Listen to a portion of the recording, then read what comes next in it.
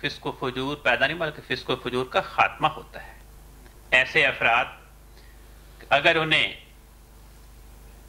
اس بات کا پابند کیا جائے کہ تم ایک سے زائد شادی نہ کرو اور اپنے نفس پہ ضبط نہ کر سکتے ہوں تو نتیجہ کیا نکلے گا؟ وہ فسق و فجور میں مبتلا ہوں گے، بازاری عورتوں کے پاس جائیں گے، جس کے نتیجے میں زناکاری میں مبتلا ہوں گے، عاشق، سزاق اور دوسری خطرناک امراض کے وہ خریدار بن جائیں گے۔ تو جو لوگ نیک نیتی کے ساتھ تقوی کو اپنے دل میں پیدا کرنے کے لیے، اپنے دل میں پاکیزگی پیدا کرنے کے لیے، اپنے آپ کو زناکاری اور فسق و فجور سے بچانے کے لیے ایک سے زائد نکاح کرتے ہیں، وہ تو بہت بڑے اولیاء اللہ میں شامل ہو جاتے ہیں۔ حضور نے فرمایا کہ اصل بات انسان کی نیت پہ منحصر ہے۔ وہ لوگ جو دن رات اللہ تعالیٰ کی محبت اور اس کے پیار کے حصول کی راہ میں اپنے آپ کو مجاہدات کی بھٹی میں ڈالتے ہیں، اپنے نفس کو کوفتہ کرتے ہیں، اللہ تعالیٰ ان کے نفوس کو آرام پہنچانے کے لیے کہ یہ کہیں ان مجاہدات کے دوران اپنے تئیں ہلاک ہی نہ کر ڈالیں، ان کے دل میں اس قسم کے جذبات پیدا کرتا ہے تا وہ کچھ آرام کر لیں، اپنے نفس کو آرام دیں، کچھ وقت اپنی بیویوں کے ساتھ گزاریں، تو ان کی جسمانی اور ذہنی تندرستی کی خاطر خدا تعالیٰ ان کے دل میں یہ جذبات پیدا کرتا ہے۔ حضور نے فرمایا کہ میں نے ہندو کتب میں پڑھا ہے کہ کوئی شخص تھا، اس نے کہیں سفر پہ جانا تھا، راستے میں ایک بڑا خونخوار دریا حائل تھا، وہ بہت پریشان تھا۔ اس دریا کے کنارے ایک ایسا فقیر تھا جس کی 100 بیویاں تھیں۔ اس نے اس سے درخواست کی کہ جناب میرے لیے دعا کریں، میں نے دریا کے پار جانا ہے۔ اس فقیر نے کہا کہ دیکھو تم دریا کے کنارے پہ جاؤ اور دریا کو مخاطب کر کے تم کہو کہ اے دریا، تجھے اس فقیر کا واسطہ جو تیرے کنارے پہ آباد ہے، جس نے ساری عمر کبھی عورت کو ہاتھ نہ لگایا، مجھے جانے کے لیے راستہ دے دے۔ چنانچہ ہندو کتب میں لکھا ہے کہ جب اس مسافر نے اس فقیر کی بات کے مطابق دریا کو یہ پیغام دیا تو دریا نے فی الفور راستہ دے دیا اور وہ پار چلا گیا۔ جب وہ اپنے کام سے فارغ ہو کے واپس پلٹا تو پھر وہی مشکل درپیش تھی۔ تو دریا کے پرلے کنارے پہ ایسا فقیر تھا جو ہر روز پلاؤ کی دیکھ کھاتا تھا۔ اس نے اسے اپنی وہی سرگزشت بیان کی کہ مجھے بڑی وپتا پڑی ہے، میں نے دریا پار کرنا ہے۔ تو اس فقیر نے کہا کہ تم دریا کے کنارے پہ جاؤ اور دریا کو میرا پیغام دو کہ اے دریا، تجھے اس فقیر کا واسطہ جس نے کبھی ایک دانہ اناج کا نہیں کھایا، مجھے راستہ دے دے۔ وہ کیا؟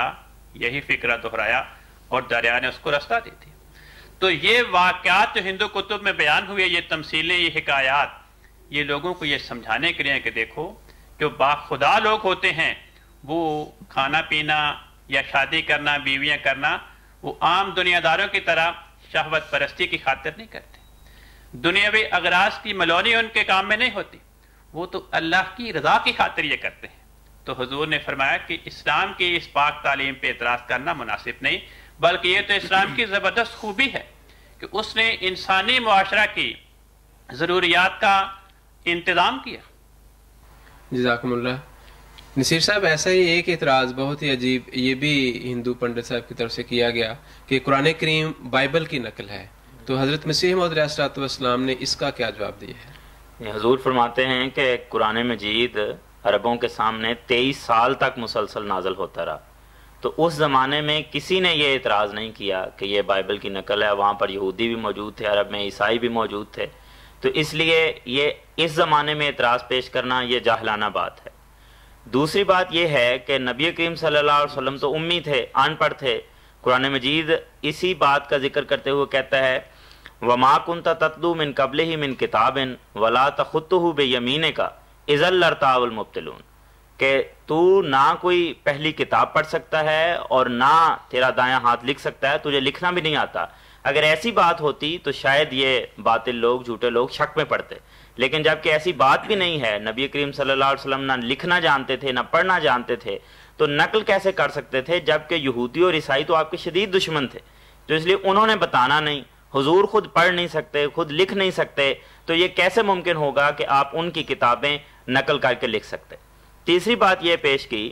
کہ دیکھیں قرآن مجید نے جو اصلاح پیدا کی ہے وہ اصلاح نہ تورات پیدا کر سکی ہے نہ انجیل پیدا کر سکی ہے، اور اس کے ساتھ حضور نے ملایا کہ اس علاقے میں یہ جو وید ہیں نہ وہ اصلاح پیدا کر سکی ہے۔ تو اس لیے ان کا کمال یہ ہے کہ ان کے ماننے والے وہ بعد میں بت پرستی میں مبتلا ہو گئے۔ عیسائیوں کو یہ تعلیم جو یہود بائبل سے، پرانے عہد نامے اور نئے عہد نامے سے ملی، یہ اگر اس قابل ہوتی تو وہ یہ نہ ہوتا کہ حضرت مسیح کے 30 سال بعد ہی وہ بت پرستی میں مبتلا ہو جاتے، حضرت عیسیٰ علیہ السلام کو خدا کا بیٹا کہنا شروع کر دیتے، اور اسی طرح یہاں کے ہندو جو ہیں ان کو بھی اگر بت پرستی نے کسی چیز نے مبتلا کیا ہے تو وہ یہی وید ہی ہیں جس نے اگنی اور وایو اور گنگا کی پوجا کی تعلیم دی ہے۔ تو اگر ان لوگوں کو قرآن مجید کی تعلیم ملی ہوتی تو ہرگز یہ اس بت پرستی میں مبتلا نہ ہوتے۔ تو جو توحید کی تعلیم قرآن مجید لے کر آیا اور جو اصلاح دلوں کی قرآن مجید نے پیدا کر دی، جو زنگ قرآن مجید نے اتار دیے، یہ کسی اور کتاب کو یہ سکت نہیں اور اس میں یہ طاقت نہیں کہ اس نے یہ کمال دکھایا ہو۔ تو اس لیے یہ کیسے ممکن ہے کہ یہ ان کتابوں کی نقل ہو۔ پھر حضور نے فرمایا کہ دیکھیں بائبل تو پرانے عہد ناموں کو دیکھیں، یہودیوں کو یہ تعلیم دی گئی تھی کہ آنکھ کے بدلے آنکھ ضائع کر دو، کان کے بدلے کان، اور اگر قتل ہو تو اس کے بدلے ضرور قتل کرو،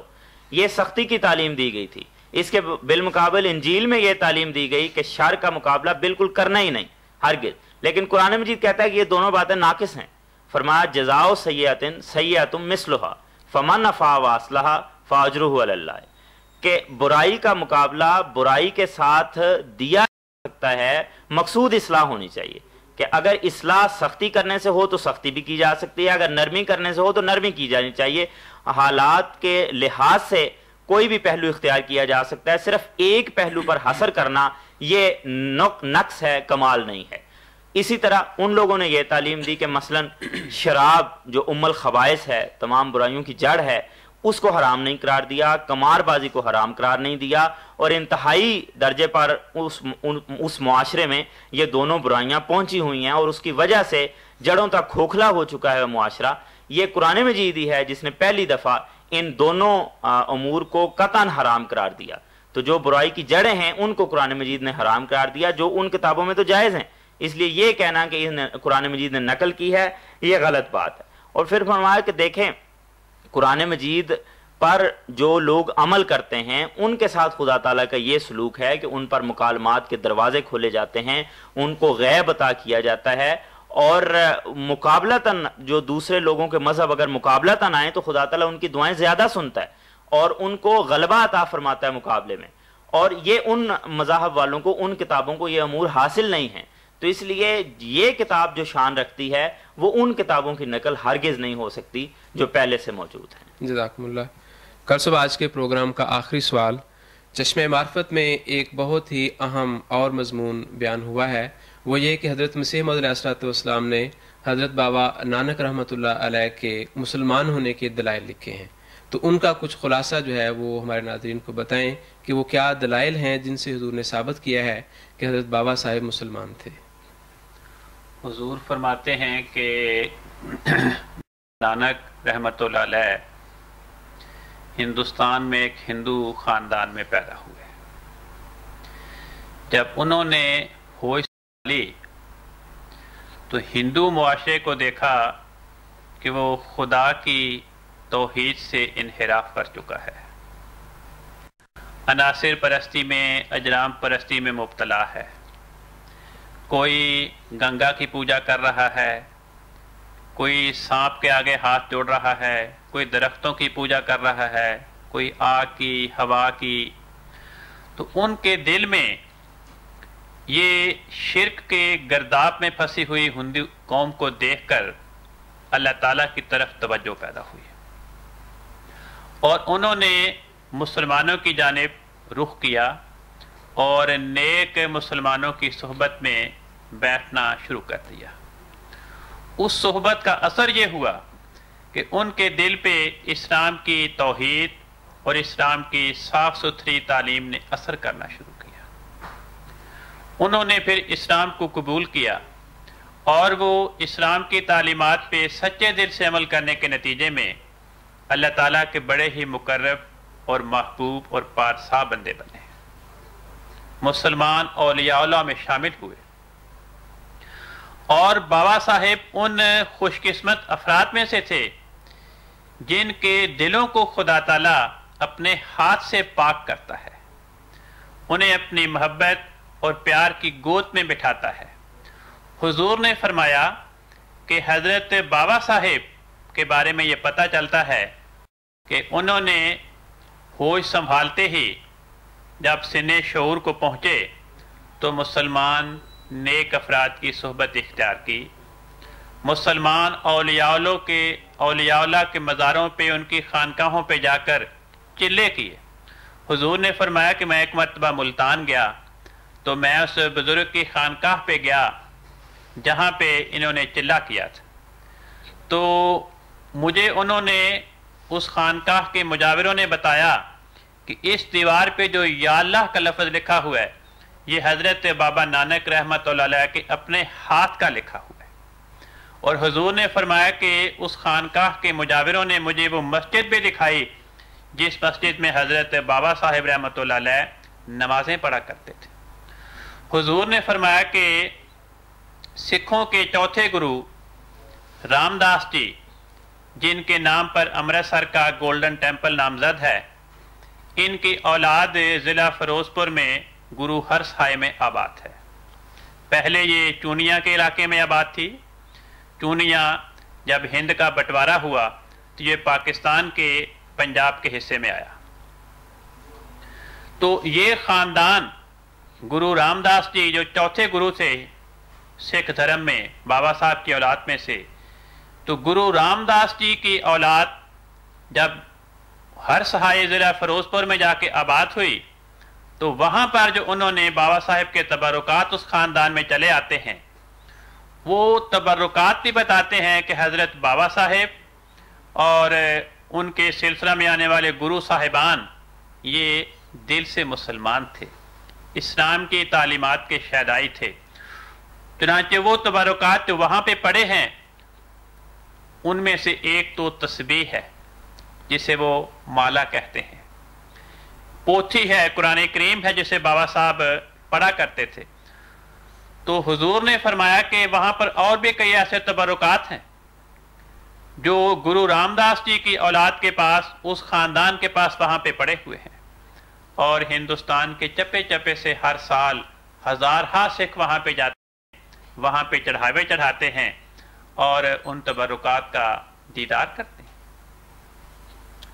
تو حضور نے فرمایا کہ ڈیرہ بابا نانک میں جو حضرت بابا صاحب کا ایک تبرک موجود ہے چولے کی شکل میں، وہ چولا کیا ہے؟ وہ چولا بھی اس بات کا گواہ ہے کہ حضرت بابا صاحب جو اس چولے کو پہنا کرتے تھے وہ مسلمان تھے، اسلام کی تعلیم کے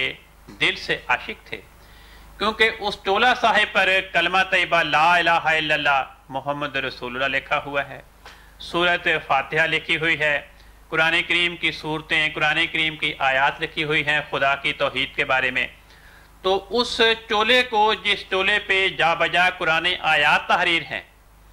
کلمہ لکھا ہوا ہے، قرآن کریم کی صورتیں اس پہ تحریر ہیں، جو شخص اس چولے کو پہن کر اس ہندو جاتی میں گھومے گا وہ اپنے اس عمل سے اسلام کے عاشق ہونے کا ثبوت مہیا کرے گا۔